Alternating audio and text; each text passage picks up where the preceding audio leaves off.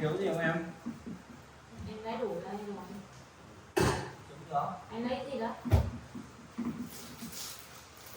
Nhà chơi con. Anh lấy cho em một quả trứng vào đây nha.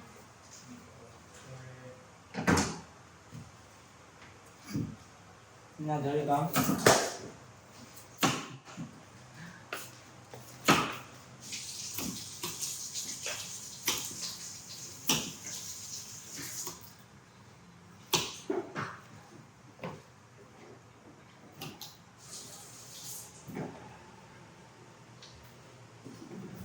Nhà chơi đi con.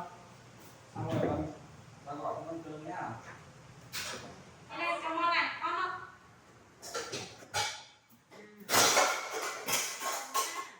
Chị đang nấu cơm à?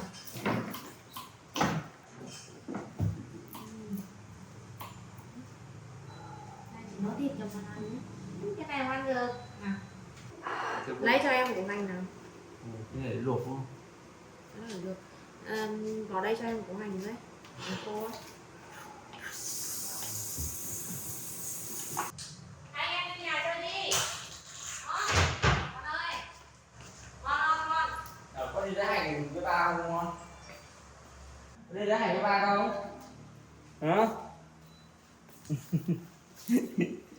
Đi. Thôi. Về đây mà.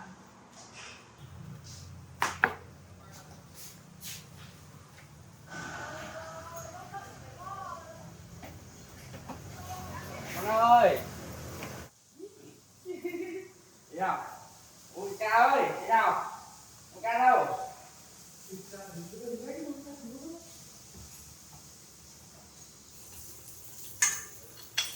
Đây con, đây. Con ơi.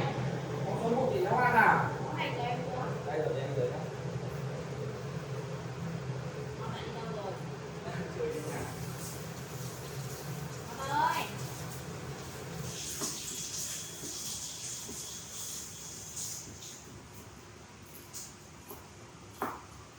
Nào tới đây cho em.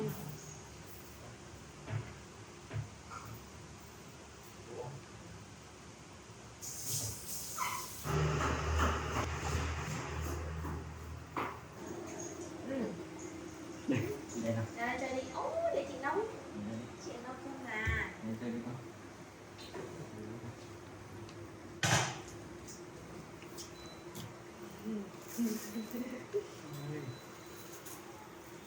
Mà nấu cơm giúp chị không? Ngon. Đấy, phụ chị nấu ăn rồi con. Nào, đây cho ba nào. Nào, để chị xem. Đây bảo đây. Này. Ăn được không con?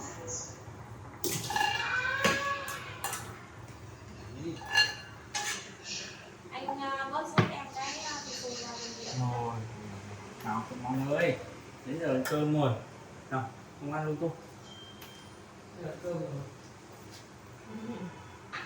Anh ca ơi. Giờ ăn cơm nhé. Mà ăn luôn cơm nha. Su su ra cái này nó cay là xong rồi.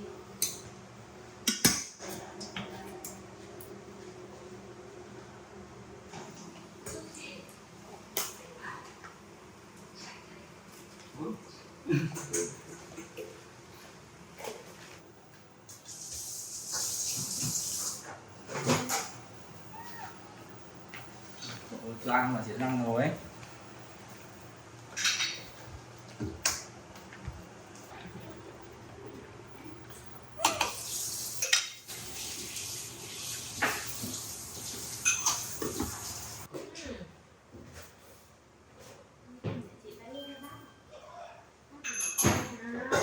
Xong chưa? Xong rồi.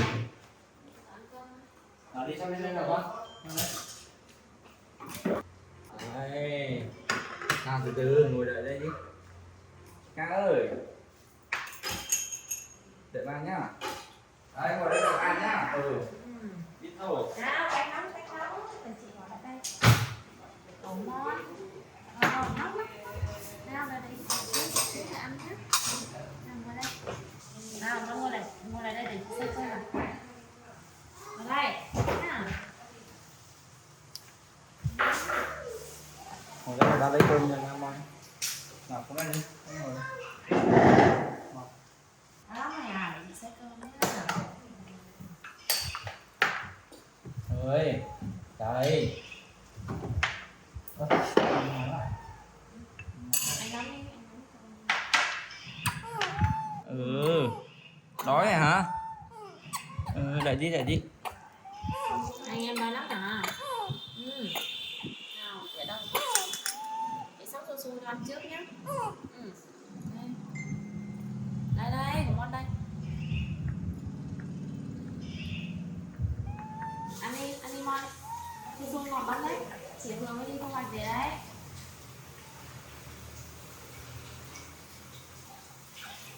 Đây con. Ngoan đi. Này ngon. Cay không ăn vui để bà lấy cơm nào. Không luôn cả nha. Đây.